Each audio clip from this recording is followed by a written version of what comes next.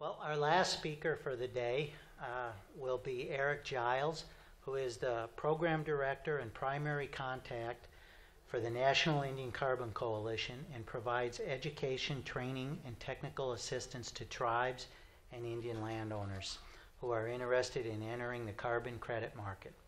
Previously, Mr. Giles worked as a city planner for Portland, Maine, where he was responsible for site plan development services. Prior to that, he served as city planner for Claremont, New Hampshire, and long-range planning coordinator for the Flathead County Planning and Zoning Department in Kalispell, Montana. Erick is an active proponent of land conservation and environmental stewardship and served on the Indian Land Tenure Foundation Board of Directors for 7 years. He graduated from the University of Oklahoma with a dual master's degree in city planning and public administration and is currently pursuing a law degree at the University of Maine. Erick is a citizen of the Muskogee Creek Nation and a member of the Panther Clan. Welcome our last speaker of the day, Erick. Thank you, Brian and John, for putting this on, and really appreciate everyone for staying this long. But yeah, again, my name is Erick, and I serve as the program director for the National Indian Carbon Coalition. And as the final topic, we'll discuss which is most important to everyone here is tribal offsets in agriculture and rangelands.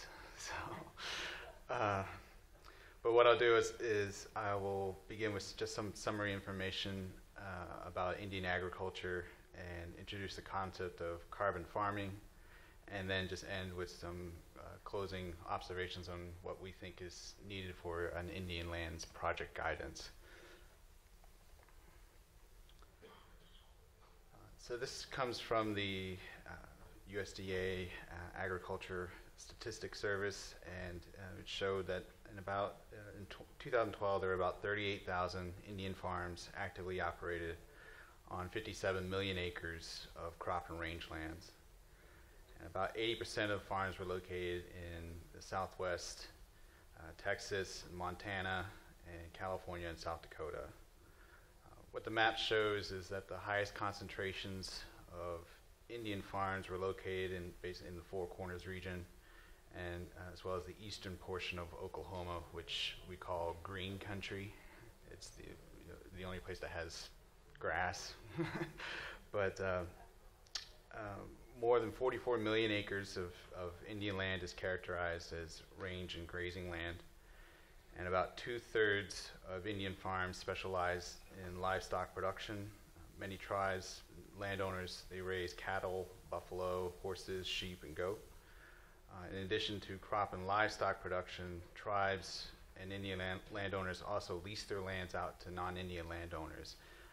And that leasing out of lands has been one of probably the biggest challenges in most places that we've had our project activities in, particularly in Montana and in the Great Plains region.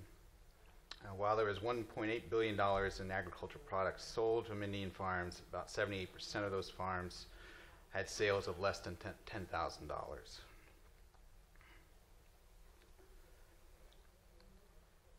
So here is it's a table. It's a sample of the scale of Indian farms, and it's what I think initially what it shows is that if we were going to engage in a project that was going to develop carbon offsets from agriculture activities, certainly want to create some sort of aggregation program that would work with all these farmers that are within the reservation.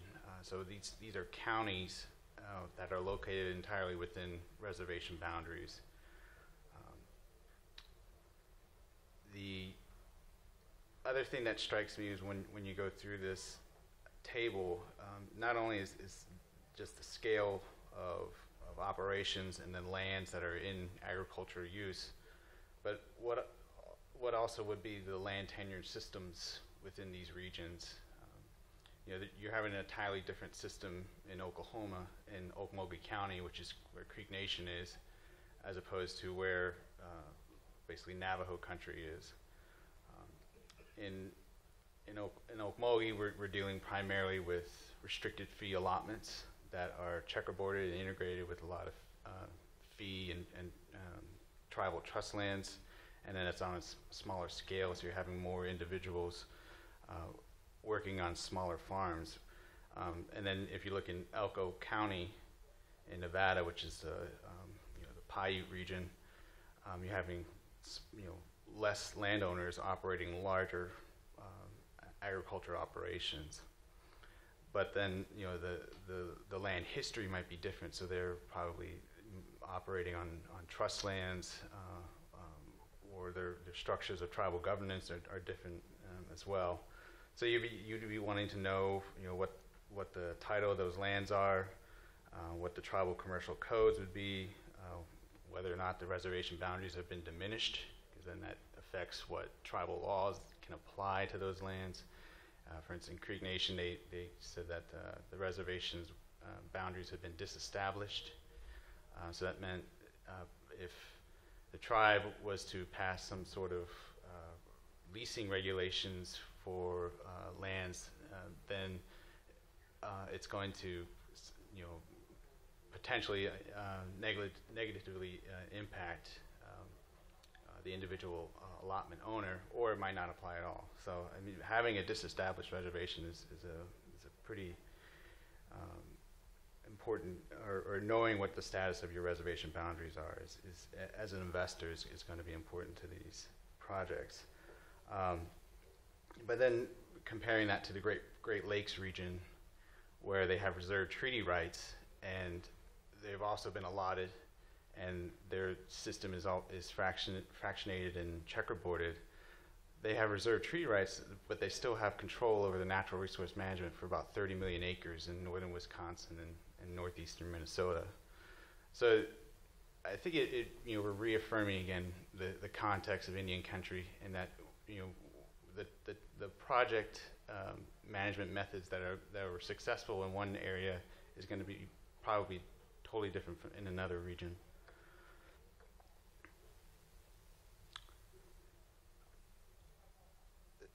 So this next slide shows the concept of carbon farming, and the table on the left shows the practices that NRCS has been promoting as having a benefit for greenhouse gas emission reduction and removals. And then the table to the right are those existing voluntary carbon market protocols that would encompass these land management regimes. In addition, we're working one of our project partners is in Alaska, and we're going to looking at a voluntary market protocol that would encompass not only the carbon benefit, but also ecosystem services, and doing an assessment for what those co-benefit values would be. But carbon farming was a concept that came out of a Marin County, Northern California pilot project, which John Gunn and I were able to do a site visit out on, and really looked at the compost methodology and test piloted that application of composting, and it would show that that they found a single application of a half-inch layer of compost on grazed range lands. It increased soil carbon sequestration by at least 1 ton per hectare per year for 30 years without reapplication.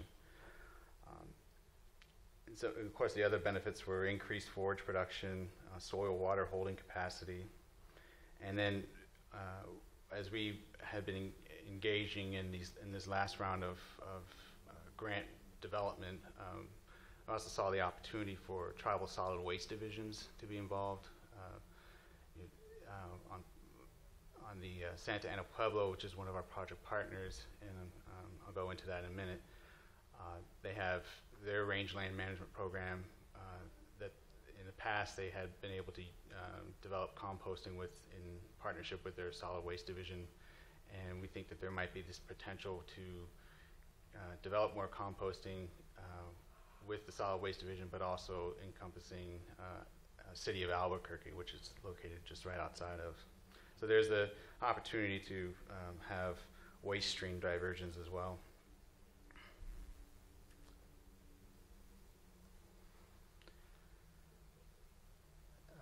lot of our project activities, as you might have already seen, occur in the Great Plains region, and we focus on prairie grassland ecosystems. And the natural resource concerns in this area included drought management, fish and wildlife habitat degradation, and in the case of North Dakota, excess water, runoff, flooding, and ponding. And more significantly, I think, in some ways, is the Indian land tenure issues. As I'm sure most of you are familiar with is the Cobell litigation and the settlement that was recently passed in the last couple of years, and then the new project to allow tribes to consolidate fractionated interests on allotments through use of settlement funds. And what the BIA has done is they've engaged in a significant outreach effort, but they've also established a list of about the top 40 tribes with the most fractionated interests, and out of that 40, 20 are located in this prairie grassland ecosystem. That means, I think, that the lands that are in the system might potentially be underutilized because of the fractionation issue. And with Cobell and tribes regaining majority interest in some of these allotments, that will allow them to enact certain management systems that might bring out the highest natural resource value.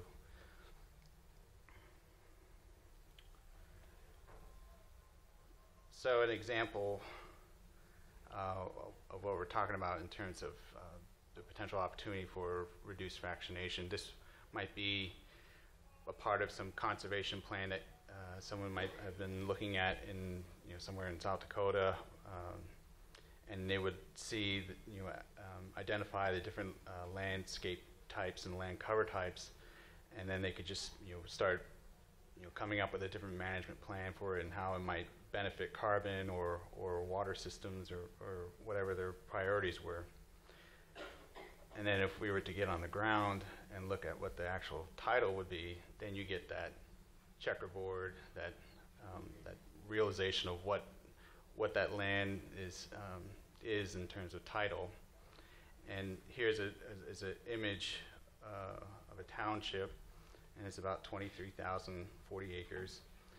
But you can see it's just comprised of all different types of land ownership types. So there's fee lands, tribal trust lands, individual allotments, and then within those allotments there might be highly fractionated due to the the descendancy of that allotment toward when it was initially allocated to that member. But you take that one scenario and then you just multiply it hundreds and hundreds of times, and then that's the kind of conditions we have today on Pine Ridge and Rosebud and in those areas in the Great Plains. So this is an issue that had been going on since they decided to do the Dawes Allotment Act, and they were contemplating how lands that are in trust, what happens when they are descended to their heirs. Well, then they have an interest in that land, and then it goes on and on and on. And so you'll find some allotments that maybe only have 10 acres with 1,000 different fractionated interests in that allotment. We undertook a pilot project back in 2008 under the Chicago Climate Exchange, where the Fort Peck landowners who had this issue with fractionation, and they wanted to enroll their allotments into an aggregation program under the Chicago Climate Exchange for soil, carbon, and health. And ultimately ended up including the tribe as well, and so there was about 367,000 acres that was going to be included, both of individual allotments and tribal trust lands. It went through the whole verification process. They came out with a sequestration rate, tons per acre, and they actually had developed contracts and were ready to move forward with creating a program. And what came out was that, well, these allotments, you can't just put these contracts on these allotments, and it's the same as leasing out lands, and so you have to go to the Bureau's regional office and get their sign off on this. And immediately that's where things started to come apart for this, is that there was the initial education learning curve of what is carbon. Is that an element? Is that a gas? How as an administrator at the BIA am I supposed to interpret a carbon contract? Once that took about, I don't know, like 3 months or so, it then went into the CFR rules, and they said, well, this is a contract, we have to treat it as under CFR rules, and so therefore you need to get majority consent for any allotment that's going to be a part of this program. And that's when the landowners just, understood that, okay, well, we're not going to be able to move forward, and then the tribe just went ahead and moved forward with its own enrollment of its own lands. But that was an example where you had never done this before, and it was a new economic development opportunity that we saw. It was a way to bring some additional revenue to allottees. But then, once you start getting into the bureaucracy, the red tape of it, it just kind of came apart on us. But the tribe was successful in getting their offsets verified and registered. And then the recession comes in, and the cap and trade program doesn't move forward, so the tribe decides to take its own decision and not sell the credits.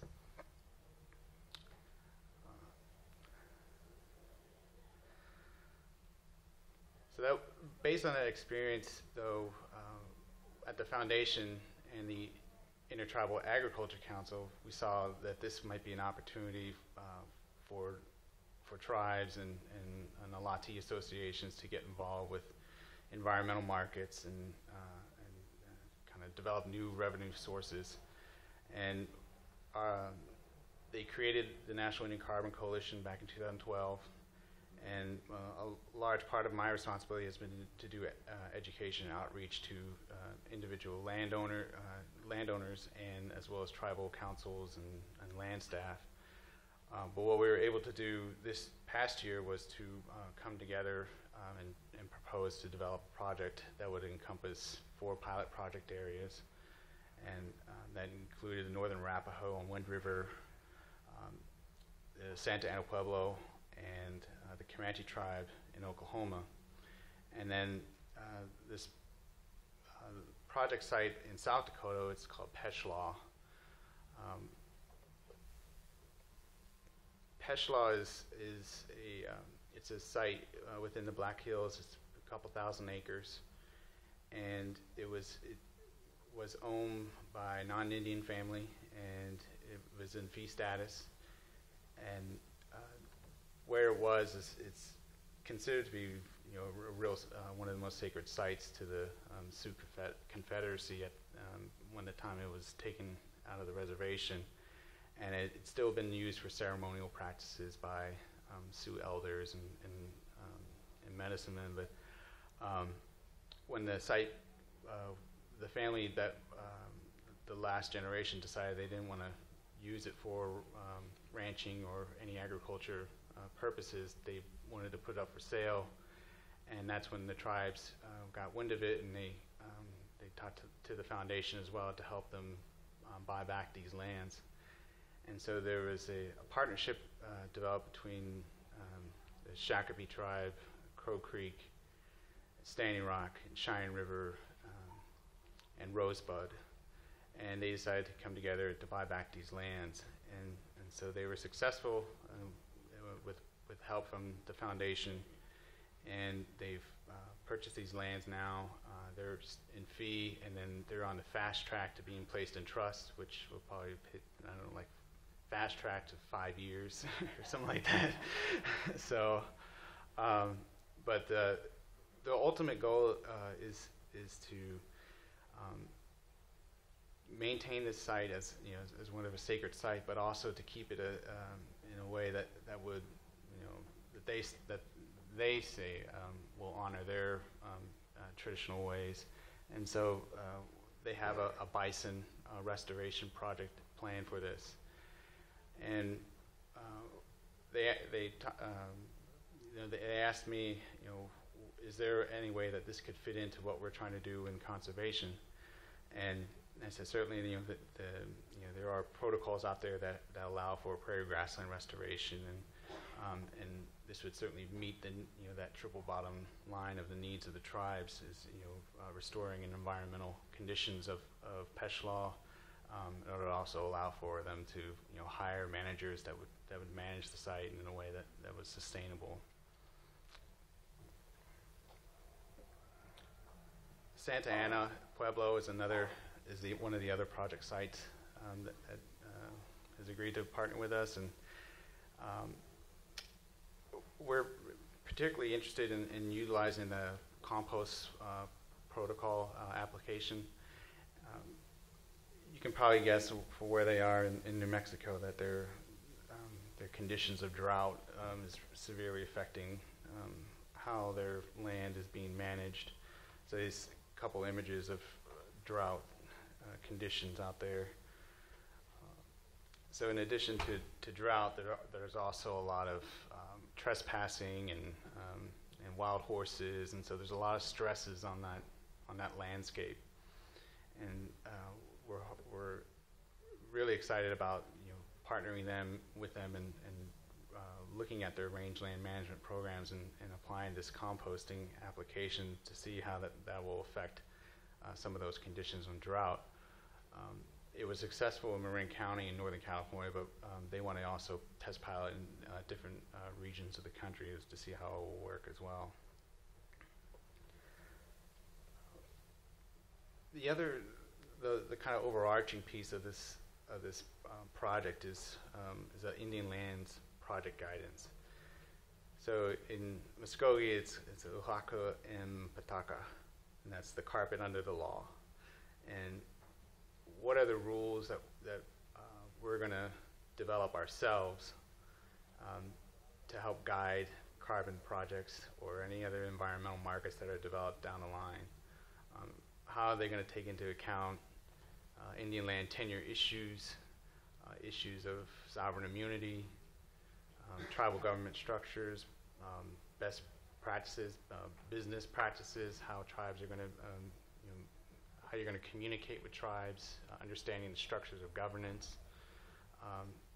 So we think that this has a lot of potential to help kind of bring us all to kind of a common understanding that involves tribes, landowners, carbon market players, but BIA and USDA as well. So that's more inclusive, and it's not really coming out of one central office or one state that's has their own rules that we're going to have to fit into. But we like this. We think that this will be something that will take off in the next year or so, and we look forward to having your all's participation. So that ends my presentation, and I can answer any questions you can. Thank you again for your time and attention.